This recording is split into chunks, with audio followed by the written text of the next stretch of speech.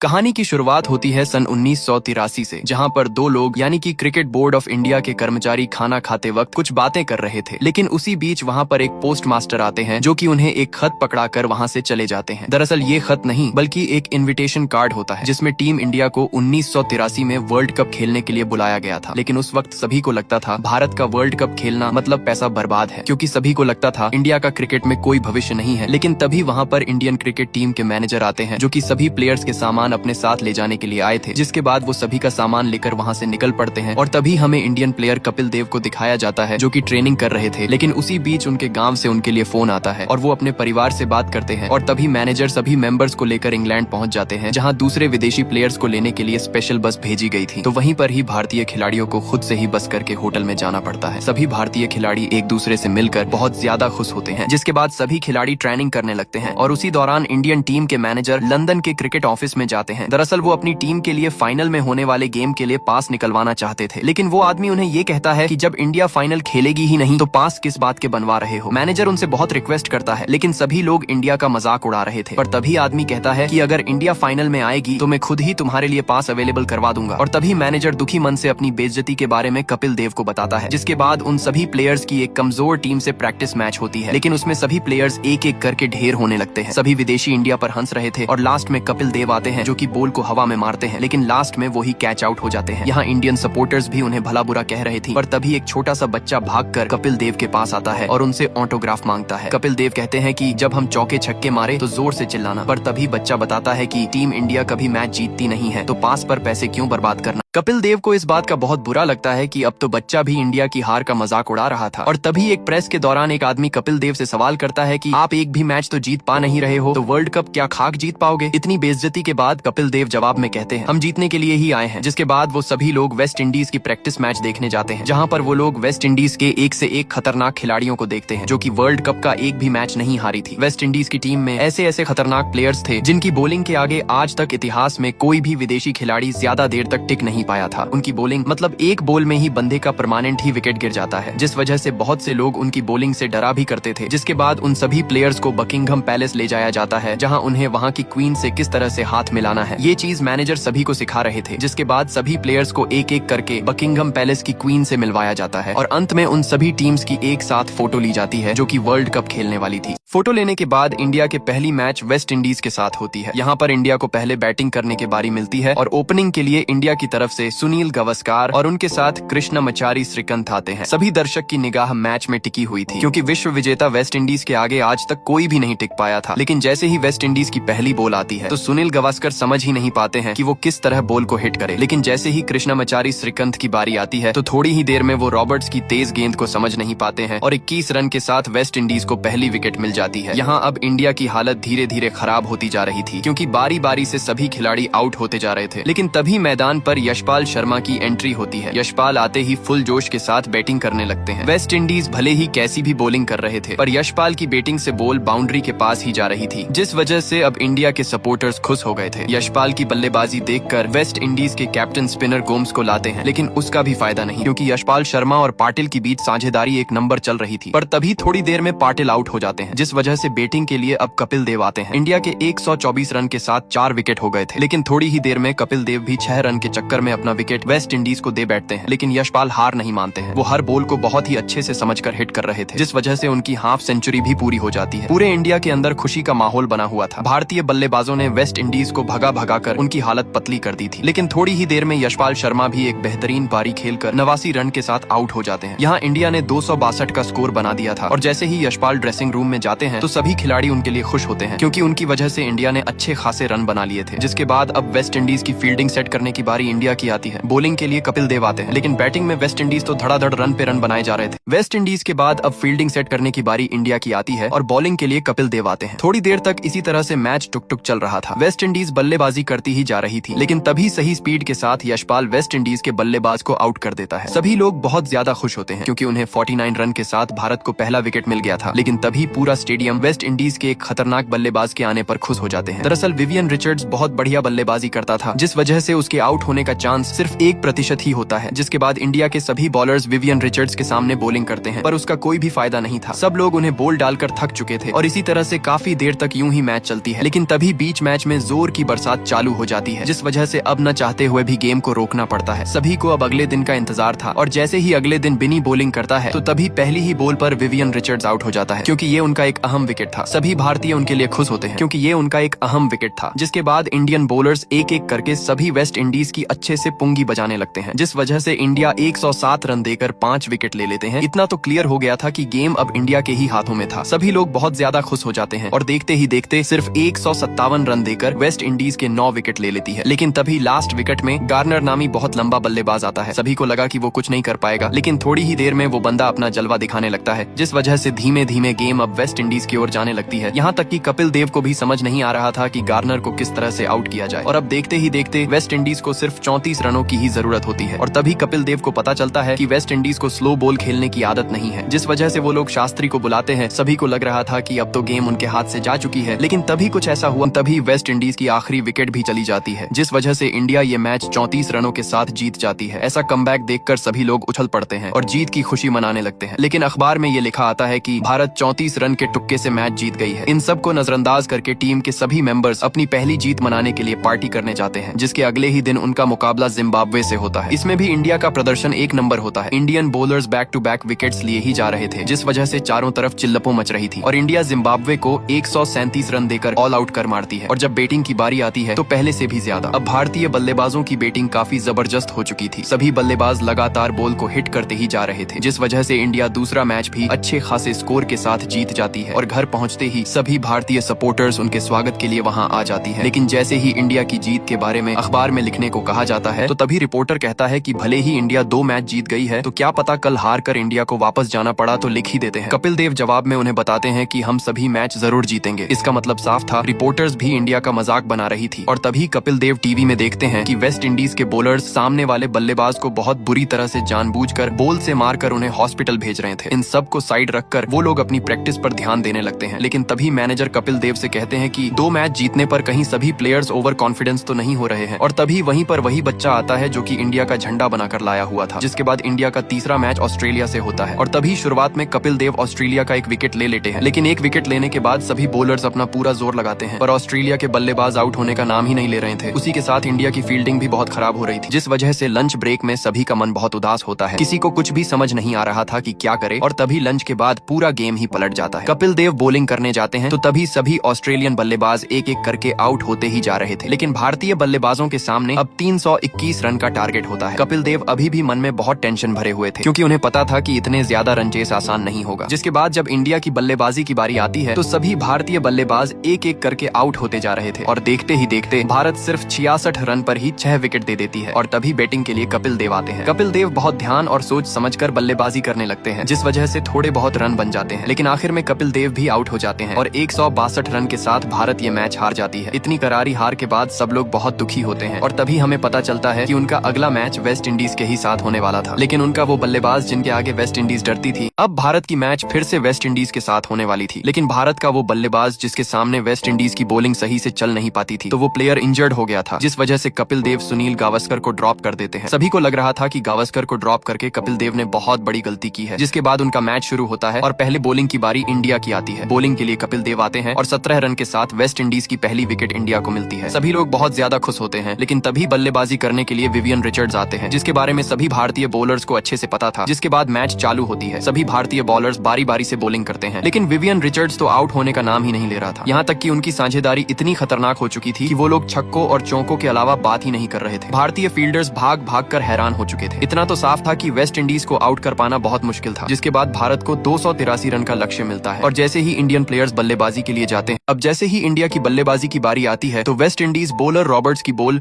श्रीकांत के सर के पास से छू कर जा रही थी और तभी श्रीकांत का पहला विकेट वेस्ट इंडीज को मिलता है। जिसके बाद इंडिया का दूसरा विकेट भी 21 रन पर गिर जाता है। सभी वेस्ट इंडीज सपोर्टर्स खुश हो गए थे। यहाँ वेस्ट इंडीज के बॉलर्स जानबूझकर बल्लेबाज पर बॉल फेंक रहे थे ताकि चोट लगने पर वो खेल न सके। लेकिन थोड़ी ही देर में भारत के बल्लेबाज अपना जलवा दिखाना शुरू कर देते हैं, जिस वजह से देखते ही देखते 2 विकेट खोने पर 71 रन बन चुके थे। वेस्ट इंडीज का ये हरामी बॉलर अपनी हरकतों से बाज नहीं आ रहा था, लेकिन बल्लेबाज उसे से भी धोबी पछाड़ मार रहा था। लेकिन तभी बॉलर बल्लेबाज को उसकी अगली बॉल का सामना करने के लिए कहता है और तभी बॉलर ऐसी बॉल फेंकता है जो कि सीधा बल्लेबाज के जबड़े पर जा लगती है, जिस वजह से चारों तरफ चिंता का माहौल छा जाता है। बॉलर ने जानबूझकर ये किया था। यहाँ बल्लेबाज को बहुत बुरी तरह से बॉल उसके जबड़े पर लग चुकी थी, जिस वजह से उसे तुरंत अस्पताल ले जाया जाता है। यहाँ वो हरामी बॉलर फिर से बल्लेबाज को मारने लगता है, लेकिन उसके बावजूद भी बल्लेबाज दर्द को सहन करके बल्लेबाज बॉल को बाउंड्री तक भेज रहे थे और देखते ही देखते अमरनाथ ने अपनी हाफ सेंचुरी भी पूरी कर ली थी। भारत को खेलता हुआ देख बच्चा भी बहुत खुश हो जाता है, लेकिन तभी कट के चक्कर में भारत का तीसरा विकेट भी चला जाता है। लेकिन तभी कपिल देव बल्लेबाजी के लिए आते हैं और ग्रीज पर आते ही कपिल देव छक्कों और चौकों की बरसात कर देते हैं। यहाँ कैप्टन और वाइस कैप्टन की साझेदारी एक नंबर चल रही थी, जिस वजह से 4 विकेट के साथ 180 रन बन चुके थे। लेकिन तभी अमरनाथ भी 80 रन बनाकर आउट हो जाते हैं और यहीं से ही भारत का खेल बिगड़ जाता है, जिसके बाद से बारी बारी से सभी बल्लेबाज आउट होने लगते हैं। बच्चा पूरी तरह से उदास हो गया था और थोड़ी ही देर में भारत 66 से वेस्ट इंडीज के सामने हार जाती है। और तभी कपिल देव देखते हैं कि बल्लेबाज के कपड़ों में खून लगा हुआ था, क्योंकि उन्होंने बॉल का दर्द सहा हुआ था। और तभी मैनेजर उन्हें बताते हैं कि बल्लेबाज को 7 टांके आए हैं, जिस वजह से वो इस वर्ल्ड कप में नहीं खेल सकेगा। और जब वो लोग बस में होते हैं कि भी सभी वेस्ट इंडीज सपोर्टर्स उनके सामने ढोल नगाड़े बजाकर अपने देश का झंडा लहराकर उनका मजाक बना रहे थे। लेकिन तभी उसी बीच वही बच्चा भीड़ में आता है और वो भारत देश का झंडा लहराने लगता है। ये देखकर सभी खिलाड़ियों की आंखें भर आती हैं, जिस वजह से सभी खिलाड़ियों के अंदर एक उम्मीद जगती है। और तभी उसी शाम कपिल देव की भी पत्नी इंग्लैंड में आ जाती है। कपिल देव अपनी पत्नी से सभी बातें बताते हैं और उनकी पत्नी उन्हें मैच में ध्यान देने के लिए कहती है, जिसके बाद उनका अगला मैच जिम्बाब्वे से होता है। यहाँ कमेंट्री वाले भी सोच रहे थे कि इंडिया 2 मैच हारने के बाद भी ये मैच कैसे खेल पा रही है। और तभी कपिल देव बाथरूम में जाने से पहले सभी खिलाड़ियों को जमकर खेलने के लिए कहते ताकि उनकी बारी ही नहीं आवे। जिसके बाद कपिल देव नहाने के लिए चले जाते हैं और भारतीय बल्लेबाज मैदान में उतरते हैं। यहाँ इंडियन सपोर्टर्स भी रेडियो सुनते सुनते मैच देखने के लिए आ रहे थे और थोड़ी देर में मैच शुरू होता है। लेकिन यहाँ पर उल्टा ही हो रहा था। देखते ही देखते एक ओवर खत्म होने से पहले ही बारी बारी से 3 विकेट गिर चुकी थी और सिर्फ 6 ही रन बने थे। ये खबर कपिल देव को दी जाती है। पहले तो उन्हें ये मजाक लग रहा था, लेकिन स्कोर बोर्ड देखकर वो भी दंग रह जाते हैं। यहाँ सभी को लग रहा कि भारत का मैच खेलना ही बेकार है। इंडियन सपोर्टर्स का भी दिमाग खराब हो रहा था और यहाँ सभी लोग अगले बल्लेबाज का इंतजार कर रहे थे। और तभी बल्लेबाजी के लिए कपिल देव भागते हुए आते हैं। सभी लोग उनका मजाक बना रहे थे और तभी वहाँ पर सभी भारतीय बल्लेबाज की पत्नियां आ जाती हैं। कपिल देव अपने साझेदार को बस टिके रहने के लिए कहते हैं, जिस पर वो रन बनाने की कोशिश करेंगे और इंडियन सपोर्टर्स इतनी खराब हालत देखकर वापस जाने लगते हैं। लेकिन थोड़ी ही देर में मैच टुक टुक चलने लगती है। कपिल देव अपनी कप्तानी बखूबी निभा रहे थे, लेकिन थोड़ी ही देर में उनका साथी आउट हो जाता है। कपिल देव को बस एक साझेदार की ही जरूरत थी, लेकिन कोई भी बल्लेबाज ज्यादा देर तक टिक नहीं पा रहा था। यहाँ ड्रेसिंग रूम में सभी बल्लेबाज उदास खड़े थे, लेकिन थोड़ी ही देर में कपिल देव अपना जलवा दिखाने लगते हैं। वो धीरे धीरे गेम को संभालने लगते हैं और तभी कपिल देव ऐसा शॉट मारते हैं, सब्सक्राइब मारो।